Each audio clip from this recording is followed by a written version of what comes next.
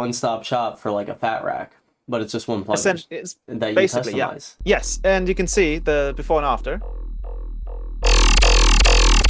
It's huge. It does this with anything. Like anything you throw in here, it'll just... What's going on, guys? Back in another hotel for another tutorial. Today, as you saw in the preview, Nasko'S is going to be explaining how he made his spectral compressor, which is awesome. It does so many roles in just one simple HUD.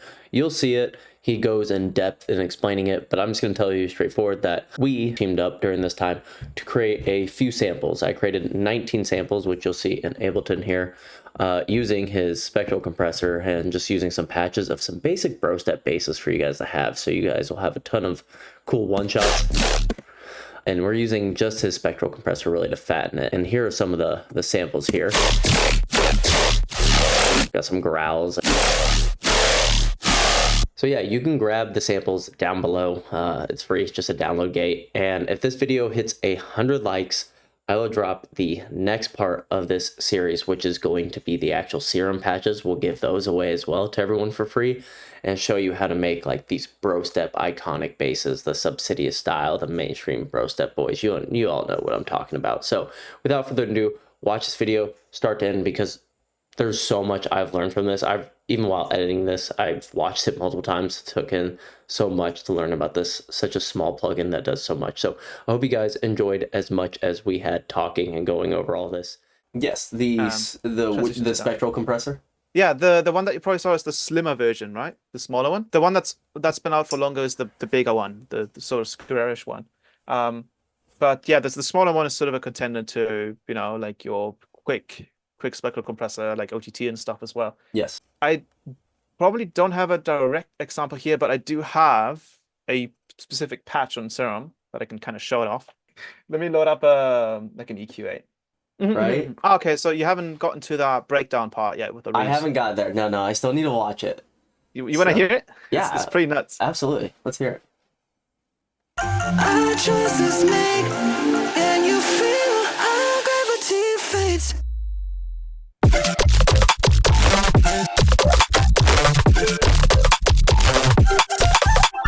But yeah, okay, so I will probably use the regular Spec Comp then, or I'll use Spec Comp Lite because that still has all the controls. So this is essentially the downsized version. It still uses the same amount of CPU because it's as essentially as efficient as the normal one. But essentially what spectral compression is if you thought about, say, something like multiband dynamics, but instead of having 3 bands, we have a total of 512 bands. Okay. Which is a ridiculous amount of bands. And if you've ever tried doing anything more than 3 or 4 or 5 bands, you know it's a CPU intensive task. On top of that, usually multiband compressors the minimum phase. They have real-time filters, so they cause that ringing, that dispersion, right? That we also like in OTT. Spec Comp or spectral compressors in general, the linear phase. So they're using a different type of algorithm, a different type of filtering system, which is called FFT. It's also used, funnily enough, FFT is all around you. FFT is for example, that EQ8 here. You see, that's an FFT that you can see right here. All the spectrogram essentially is FFT. Okay. That's showing you, and it's really interesting how that works. But what it's showing you here is obviously the frequencies, and that's essentially that's a bunch of bands that it's showing you. It's so many bands, in fact, that you don't notice that it's bands. So that's how FFT works. It's a linear phase process. Which is super awesome because it means it doesn't have all the downsides of what, say, multiband compression has or OTT. But what makes it even better is that it's super transparent because it doesn't alter the sound except for the level of the frequencies. So almost like you can think of it of like a dynamic EQ that sounds very natural. Spectral compressors can be both. They can be either super noisy or they can sound absolutely like smooth. And there's only a few compressors that do this. For example, Melda's M Spectral Dynamics, which you may have heard. I know that company uses it. Yes, I know Melda. I do not pay their price for their. I don't know if it's one of their free ones. I'm not paying the $1,000 for this stuff. It's amazing, but it's a little too much for me. Yeah, so Melder's plugins suffer from one issue, which is that they chose to be the company or the plugin maker to give you all the options, all the parameters. It's like here's this one particular type of effect, and we give you every parameter, while most plugins maybe give you 3 to 4 to 5. Yes. And the idea with keeping parameters away from the user is to promote a certain type of workflow and ease of use. Spectral dynamics in this case, for example, from Melder production. And I think there's another free spectral compressor which is available on GitHub, but is also quite obscure.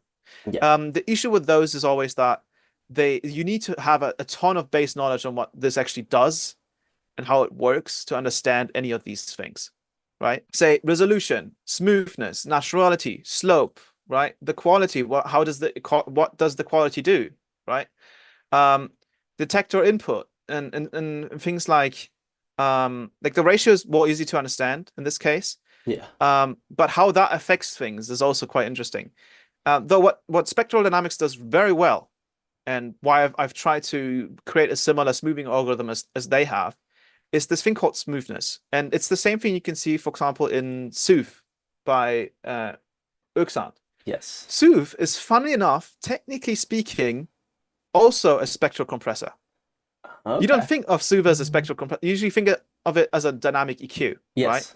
Yeah, absolutely. But technically speaking, what it's doing is it has a threshold for something, or it has a certain threshold, and it says if these frequencies cross that threshold, that loudness threshold, we're going to reduce them. That's what a compressor does, but with audio, right? Yes.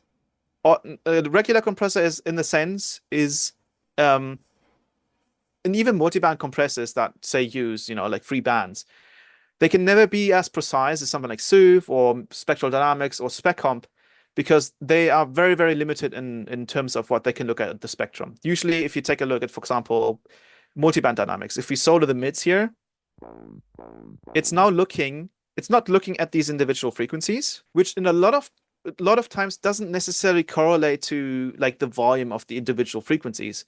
Sometimes it does, especially if you have a very simplistic like waveform. Say you have a sub with some noise in it, right? Yeah. You can very easily see, oh, okay, this is a sub sine wave, and then there's some noise in there. Yeah. But the compressor can't quite do so much with a very complex signal.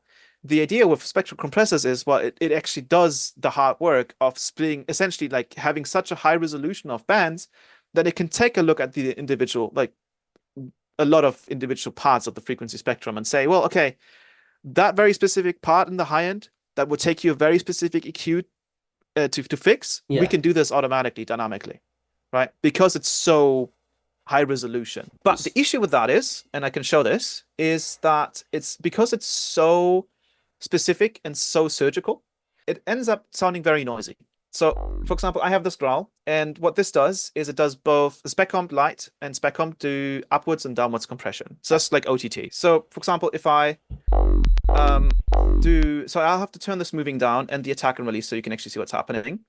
I'm gonna turn up this Growl bass here. It's already turned up. Let me turn it up even further.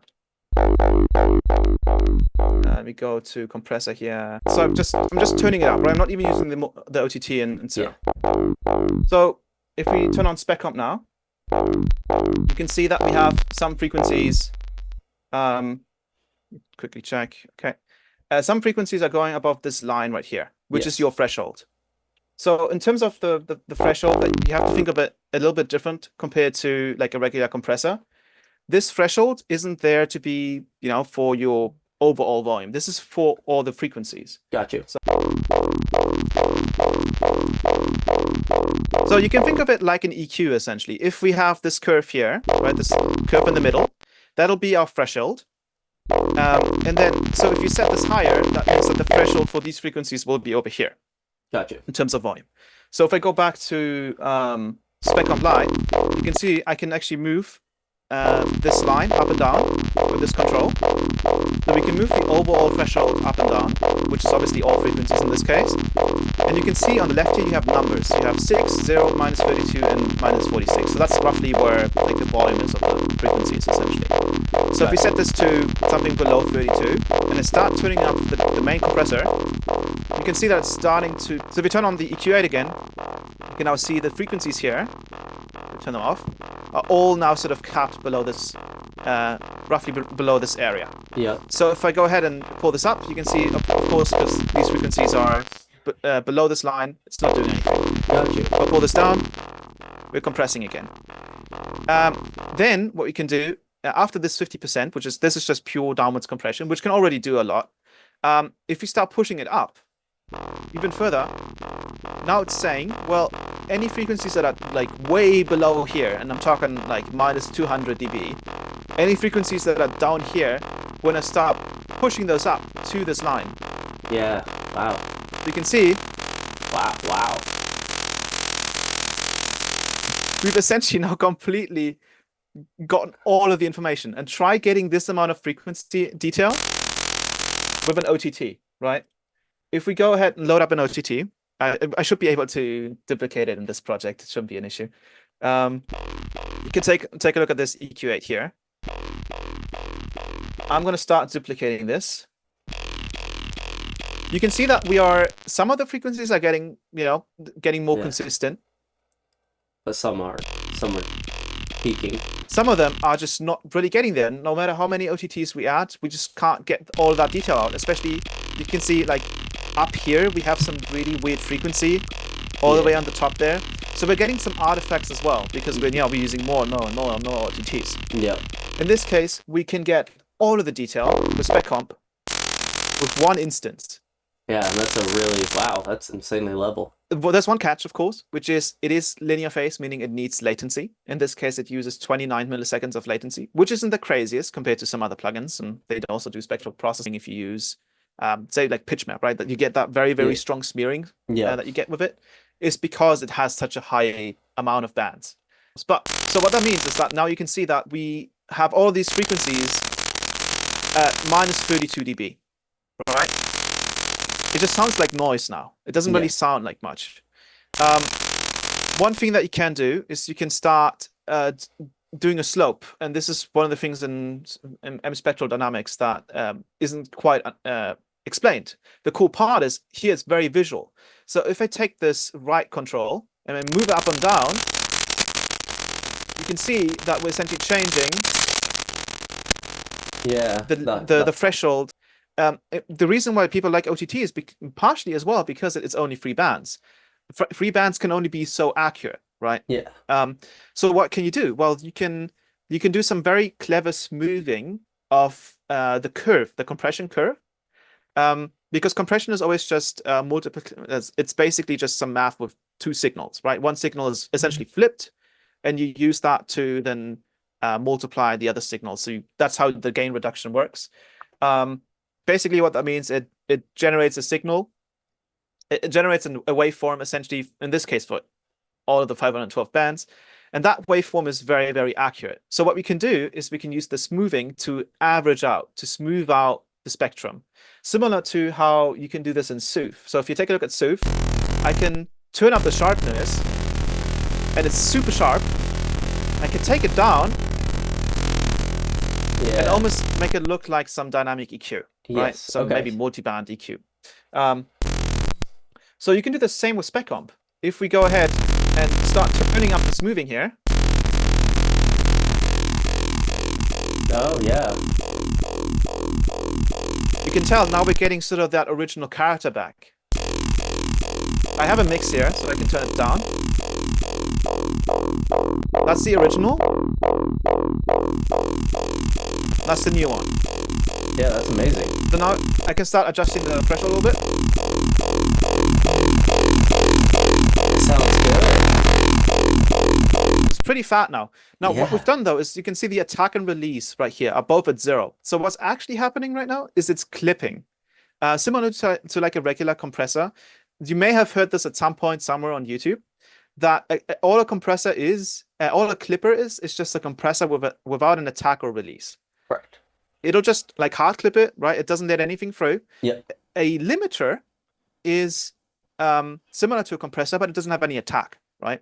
Which was one of the reasons why I always found FabFilter's Pro L to be very confusing, because it's a limiter, but it has an attack. It's like, are we not supposed to not? Funny enough, what they do in a lot of cases, they actually let that attack clip into 0 dB, essentially. Oh, that's why like FabFilter Pro L is so punchy a lot of times. Now, the thing is, what we can do now is we can turn Spec Comp into a limiter by just turning up the release. You will hear immediately that it really, really softens out the compression.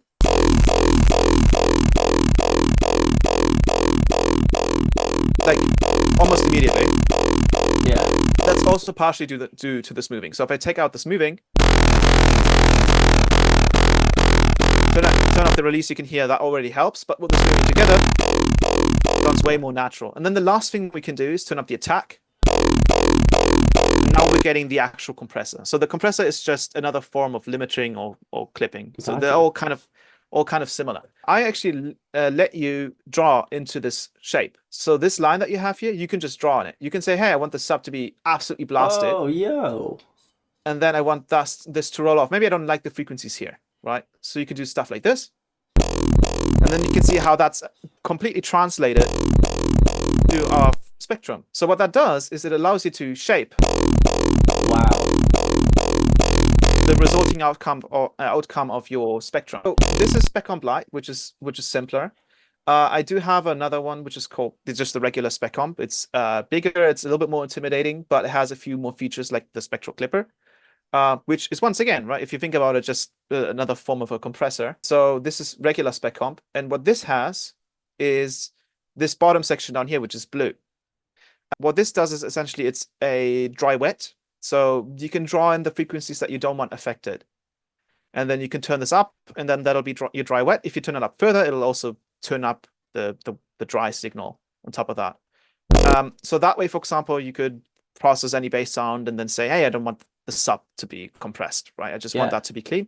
You can select like performance. So for example, if we did, say, some heavy compression on this one, I wanted you to be able to preserve some of the strongest harmonics in your bass sound. You can hear how it's gating. Yeah, it's gating the strongest harmonics of that growl. Lets you just accentuate those while everything else is being compressed. Yeah, that's so cool. What about it? You can hear how we're kind of losing the strong vocal. Tonal, yeah. And then we can bring that back. That's so cool. Though I think most people will benefit from Spec Comp Lite because it's just easier to use. It also has 3 presets, so it has sort of one that's sort of an enhancer. If you click on that one, then it has sort of your Swiss Army knife style compressor that you can use on anything. And then it has this very particular one, which is sort of similar to OTT, which just completely just crashes it. Yeah, but it's very clean. So if you use that one. Yeah, and use some of the, some of the phases. Now you can see how it's...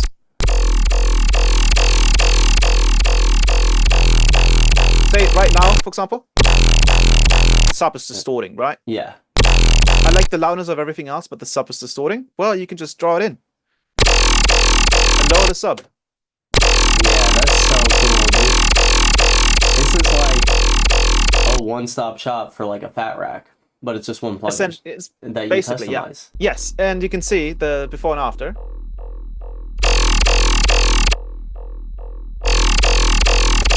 It's huge. It does this with anything. Like anything you throw in here, it'll just... You can use this. You can also use this on vocals and stuff because once again, it's linear phase. So you actually, if you liked some of the things that OTT does, you may want to use something like a convolver to bring some of those dispersions and filtering artifacts back in. But the idea with the spectral compressor is to just be as transparent as possible and to just essentially just... It's also very strange. If you throw this on some old songs, yeah, it can almost like restore them. It can restore all the high and the energy. Oh. Sometimes you can throw this on whole mixes and it'll just make it sound like kind of better. Dude, that's so cool. I'm gonna have to try that. I need to get that. I haven't gotten this one yet, but it's definitely on my bucket list. I'm gonna have to definitely try it. Yeah, I can show an example. For example, this drop right here has Spec Comp on it. It has the bigger version, which it only uses the compressor and the spectral clipper. And I can show you just how kind of all over the place it sounds without it. And then just how it kind of brings it all together. So this is the drop.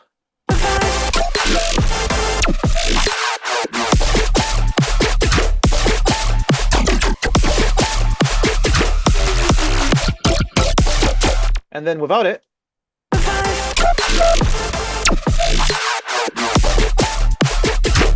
yeah, distorting sometimes. Sometimes some sounds are louder. Yeah. Some sounds are quieter. With it, here and there, I did a bunch of like It's EQ, like it's fix everything. enhanced, more punchy, and cleaner all in one. It's crazy. That's so cool. Yeah. That's so cool, dude. It's I did use it a bunch on some of these, but some of these I actually like nowadays the way I do sounds is a bit different. I usually split sounds up into a noise component and a tonal component, so you have control over both rather than, for example, using something like FM, where if you use FM to get something very tonal, you kind of lose the noise aspect because now you're FMing so much that the initial wavetable you can't even hear anymore, right? Yeah, which is correct. a common issue in Serum. So in that sense, a lot of the noise layers that I use are already processed, so I don't need to necessarily process them even more. So the A/B comparison isn't as strong in some of these compared to the Growl Serum patch that I just showed you. I was so obsessed that I started just using it, even though it wasn't done. Right, the GUI was just non-existent. I just started using it because I was so amazed by how it essentially just pulls up all of the information that you usually want to usually force out of a sound, right? Like with compression, with saturation or anything like that. With filtering, Spec Comp spectral compressors just push out all of the detail. So if you're missing frequencies, try it, right? It'll pull it all out. I know there's a free one, but once again, that one doesn't have the smoothing algorithm, so it might sound very noisy. And the Melder one, well, it costs €200. So it's very expensive. It's too much. At least for me. I don't know about it. I know it's great stuff, but it's out of my range.